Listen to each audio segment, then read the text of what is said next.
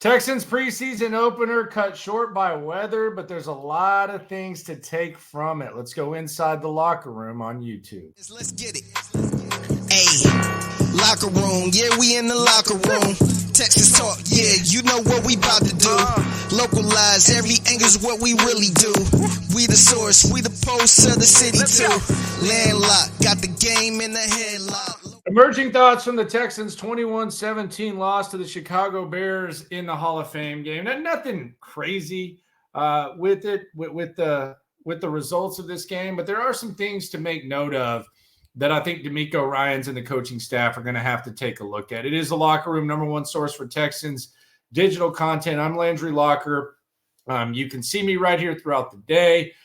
You can hear me right here throughout the day. Also going to be on the ESPN affiliate in Houston today. If you want to check that out, 3 to 6 on their YouTube channel. It's ESPN 97.5. Just a little reaction Monday/Friday type of vibe. So here are the questions that I think emerge from this Texans loss to the Chicago Bears. Number one, is Davis Mills the backup? Is it even a question? I see some people say, well, you got to figure out if you can trade Davis Mills and get trade value. What's the trade value for Davis Mills? Let's be serious.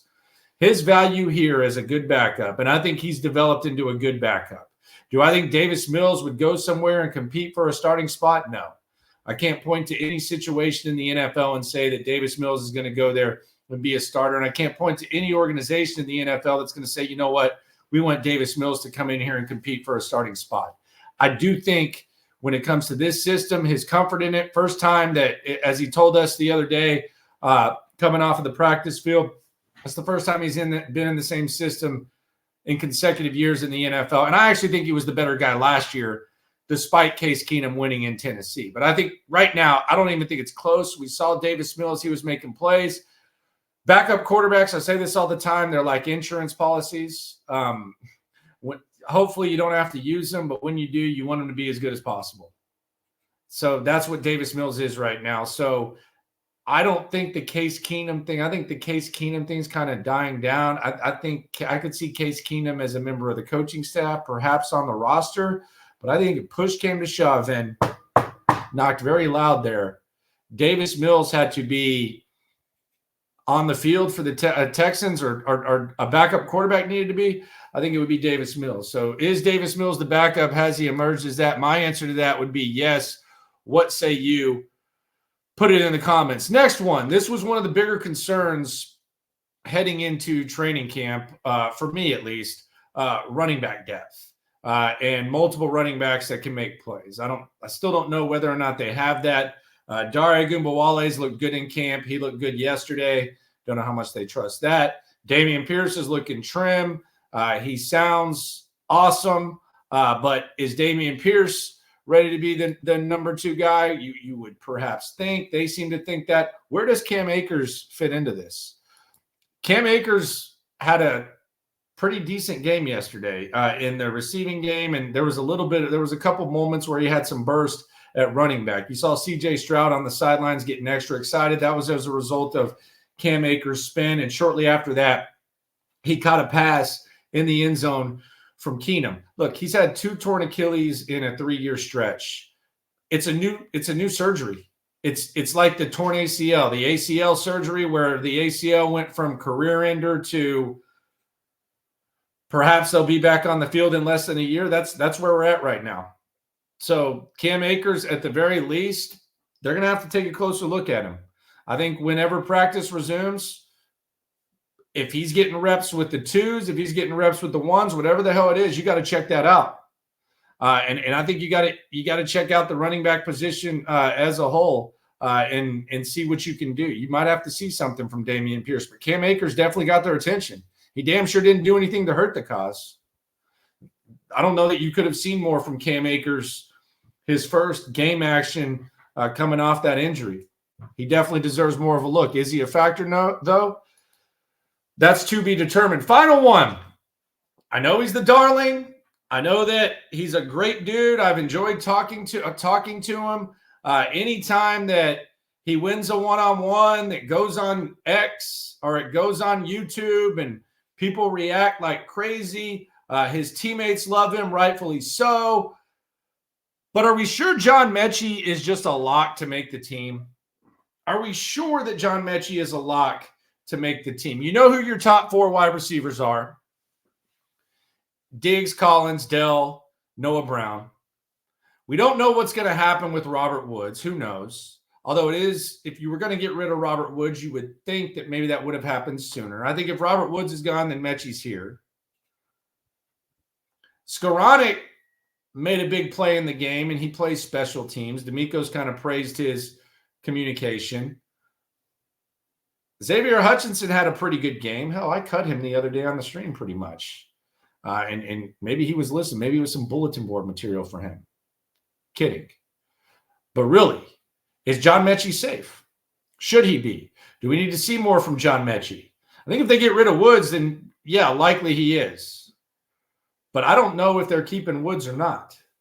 But if you're watching Skoranek and you're watching Xavier Hutchinson, when John Metchie makes a play, I'm just saying it gets a little bit over-romanticized. Maybe rightfully so. It's a motivational story. I love the story. I love talking to him. But are we sure that John Metchie, with what these other guys are doing and what they're showing, are we sure that he's just a lock to make the team? In other words, can he have a ho-hum, 1 catch for 4 yards throughout the preseason and it just be a no-brainer? I think it's a question worth asking.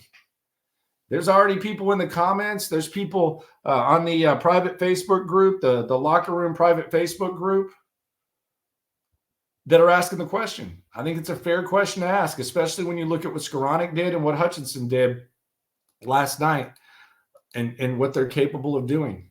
I think it's a really valid question.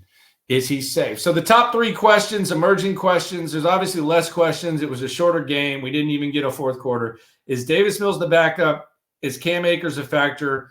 And is John Metchie safe? I'm going to end this with a thought.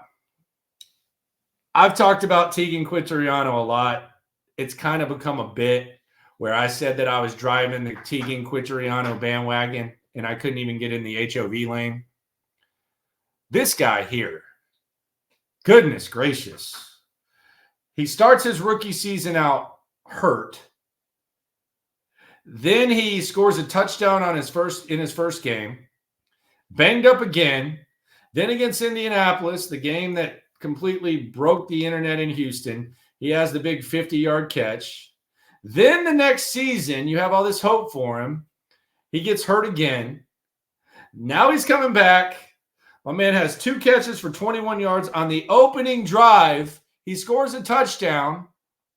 The Quitoriano train is suddenly crowded. I can get in the HOV lane. I don't need to carry around this blow-up doll to get in the HOV lane. I got real people jumping on the Quitoriano train. And he gets carted off.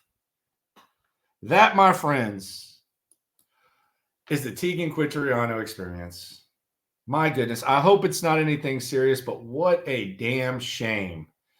Teagan Quitoriano, it's just some bad luck with that young man. He goes out there and makes a play, and then he gets carted off. What a damn shame. Texans going to be off the next couple of days. Andre Johnson, he's going to get inducted into the Pro Football Hall of Fame. The team is going to be on hand for that, so that's going to be a really, really cool story.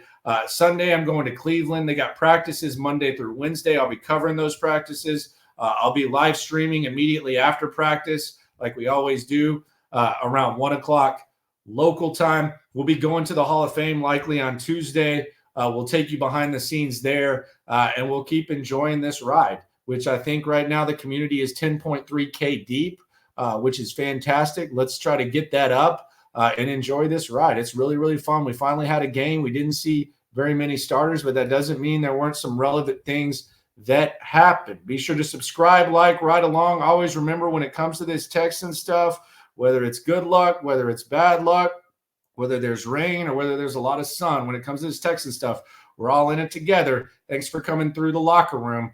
Appreciate you. Aim in the headlock, localize every time, can't stop, won't stop. Yeah, we top 2 and we not too plugged in, daily digital on YouTube. We got tape.